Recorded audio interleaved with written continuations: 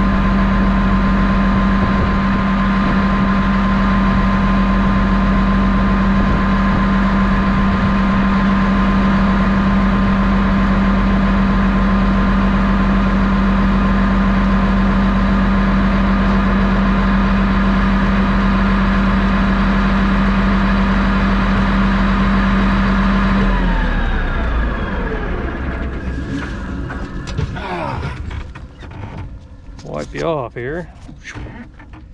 Got hot a few times. Well, we're going to, let me get this daggum thing situated right. I'm gonna let that sit there and burn down a little bit.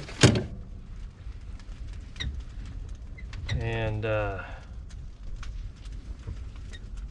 before we shove back into it, the others will probably have to burn down for a little while too. A couple of them may have to try to set back on again. When you burn these brush piles, you have to, especially when they're got a lot of big trees in them and stumps and stuff like that. Once you light it, you let it get really hot and really going good. You've got to periodically push back into it and keep it tight, keep it fed,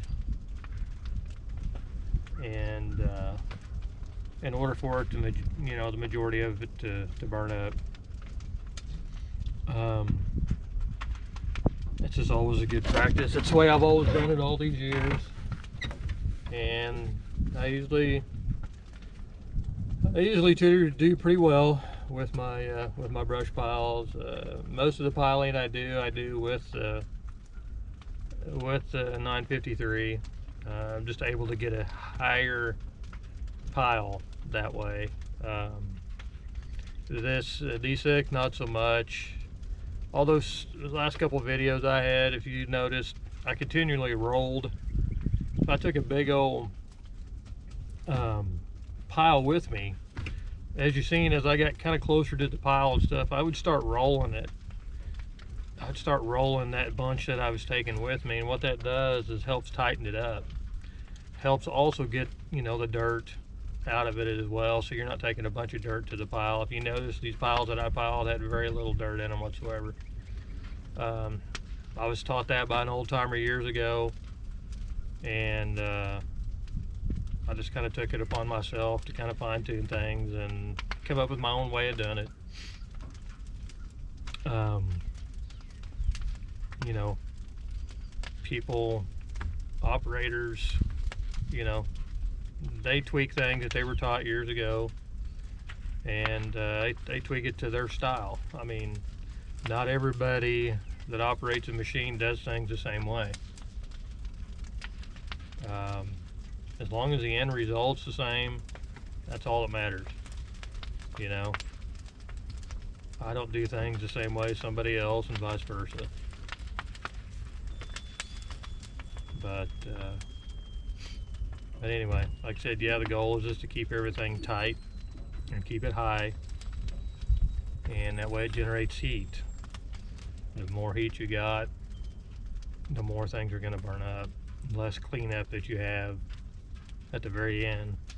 A lot of these stumps and stuff, if you'll notice, you know, a lot of these stumps I just shove down over the hill because they're not going to burn up. Not these oak stumps. If you get hedge stumps or cedar stumps, things like that that don't retain a bunch of dirt in the root ball, then you can get those to pretty well burn completely up. But even with an excavator scraping these stumps, you can't get all the dirt out. Like white oak stumps, they have a bunch of excuse me, white oak stumps have a bunch of small roots that come off of them, and those roots retain so much dirt you just simply cannot get all the dirt out of it. And so you just kind of try to burn up what you can, and then when it's all said and done, the stumps that you have left over, just, you know, take and put them in a washout area to help, you know, slow down the water, or bury them. You know, kind of burying's kind of the last resort, because over time they will deteriorate, and unless you get them real deep where you got significant amount of coverage over them, you know, they'll collapse over time. But I've learned the ways to bury stumps too, and like I said, the main thing with them is to get them deep, and that way you get coverage and make sure that you compact around the stumps. But really the only way to do that is with an excavator. So you know, if you don't have an excavator available, then you're better off just to shove them off in a ravine someplace. I may have to end up by moving. The wind kind of changed on me, and I don't want a bunch of embers coming back and landing on me and burning the seat up, or getting inside and catching all the crap that's down in the belly pan, catching that on fire. Or you're running it off in the pond trying to get it put out.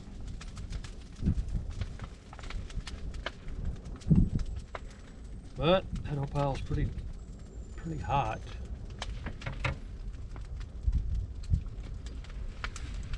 Like I said, I just prefer the loader to tighten these piles up. You can just kind of sift through what dirt's there and not take any there, and then you can get them. You can take them stumps and stuff and flip them up on top of the pile where they'll generate a little bit more heat. The more heat, the more the stumps will burn up. It's kind of hard to do with this, but like I said, we'll just sit here and kind of watch this. Kind of watch her a little bit, and as it burns up, kind of retighten them, just work our way. There's 2 more brush piles up there. I don't know why he didn't set those on, but I'm sure he has a reason. And then there was the one down there, the first one down there that I didn't set in on. I think he was a little concerned about the heat getting to his fence, which I understand, but you know, if we can get a good north wind coming down, and that one may be fall or winter time before he can get it, but we need a really good north wind coming down through there to push that heat away from that fence. It's far enough away, I don't think it'd be any issue, but I hate to burn this paint.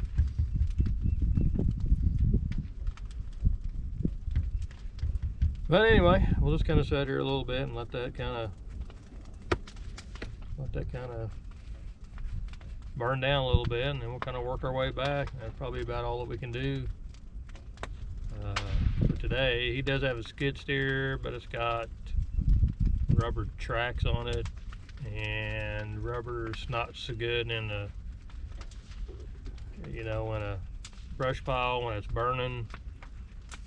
And I don't really even like putting this thing or any other track machine with sealed tracks in these brush piles, because you get these tracks really hot, and it can cause those seals inside the pins and the bushings. It can cause those to get really pliable and get soft, and they can start leaking. So next thing you know, you're running all your oil out of your bushing area, and then you get, next thing you know, you develop a dry bushing and pin, and then it starts squeaking like crazy, and then you start having excessive wear, and then your chain starts stretching, which starts getting things out of time on the sprockets, and next thing you know, you're wiping sprocket segments out, or you've got a tendency to have excessive wear, sprocket wear on the bushings. So always a good idea to keep these things out of those, from running on those coals and stuff like that. I mean, I don't mind to shove in real quick and come right back out, but just got to be careful. Anyway, we're going to watch this burn down a little bit, and then we'll see if we can tighten some more up. Alrighty, well, we've done all we can do. Everything's tightened up. As you can see, everything's tightened up, and it's about as good as it's going to get. Kind of hear everything sizzling, so have to do some more burning down. About all we can do is just wait and see. I don't know what his plans are, if he's gonna finish tightening that up with the skid steer or what exactly, but like I said, Saturday, right now my plans are to take this thing to the shop where I can drop those belly pans and clean those all out, and then change the engine oil, and it's gonna be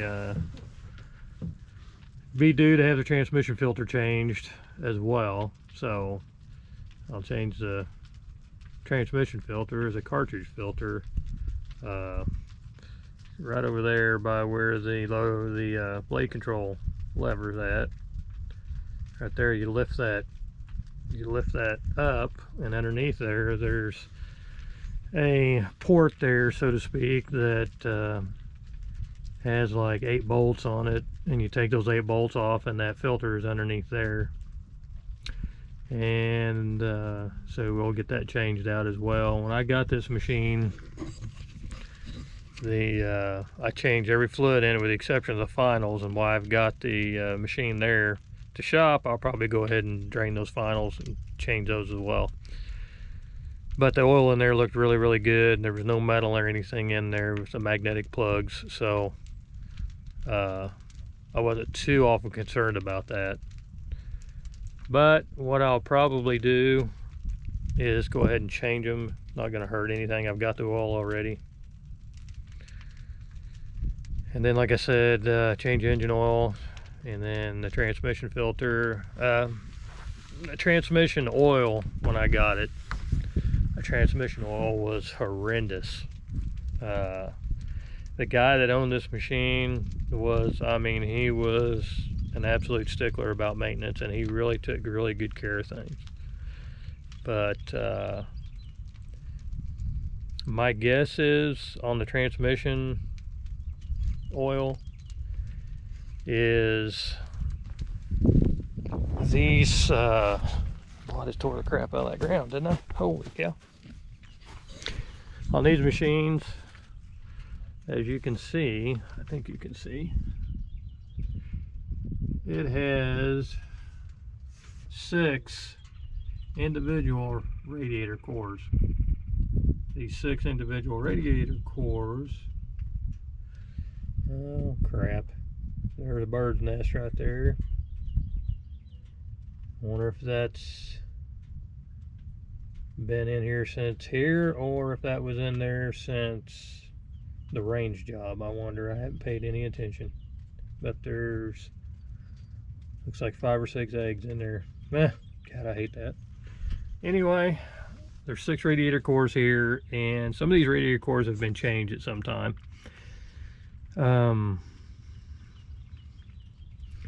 So my guess is this, because when I first got this machine, and I had it on a pretty good sized job with a bunch of big trees and pushing some big trees and stuff to pile them, and the engine temperature would get in the high normal range, and so would the transmission oil would get over like 220, 230, even a little bit above that. So I took it, and I had a dump truck there. I took it and blew the radiator cores out with air, and that helped a lot. But still would get up higher than what I liked. And so finally, I got it back to where I could power wash it, and I power washed, and I power washed, and and it was blowing crap out of there like you wouldn't believe on the inside. And these 2 cores right here on the inside, I don't know, it's like something, the fan didn't get into them, but it's like something got between the fan and the cores, and it's folded a lot over. So anyway, so it was blocking the flow. So anyway, I took and power washed, and with so much force it actually kind of opened them up, and it's done so much better. But sounds like the owner's here. So anyway, that's all part of the plans I'm going to do probably Saturday. So anyway, I'm going to get off here. Like and subscribe, help me out, I would appreciate it. Like I said, this video wasn't much, but it's a little bit of something. So we'll catch you later. Ciao. All right, guys, well, I made it home, and I got to thinking, and I really didn't explain to you the situation that I was trying to explain to you before the owner showed up there. Anyway, I was showing you the radiator cores on that dozer. There's 6 individual radiator cores, and again, remember I was telling you that it was that those have been plugged up, and I took the power washer and sprayed through them to kind of try to open them up, and that helped considerably with the cooling issue that it was having. And I think that the reason why that transmission oil was so nasty is I think he probably didn't pay a lot of attention to the fact that he was probably overheating the oil, and so it was really nasty. So I'm glad I changed it, but I need to get that filter changed because there was some crap that was in the old filter, and the cat technician buddy of mine, you know, suggested that, hey, when you change the engine oil, go ahead and change that filter again, or we want to look at it again to see. There's nothing going on physically with the machine, but he was just kind of concerned with some of the stuff that he's seen there. So machine still pushes good and everything, so I don't think there's any issue there, but anyway, he just really wanted to look at that second filter, and as nasty as it was, I mean, it was nasty. It looked like engine oil, black engine oil almost. It was just really dark. So anyway, I didn't have an opportunity earlier to kind of explain that to you, so I wanted to explain that to you. I didn't want to leave anything out. So anyway, I will get back off here, and we'll talk to you later. Ciao.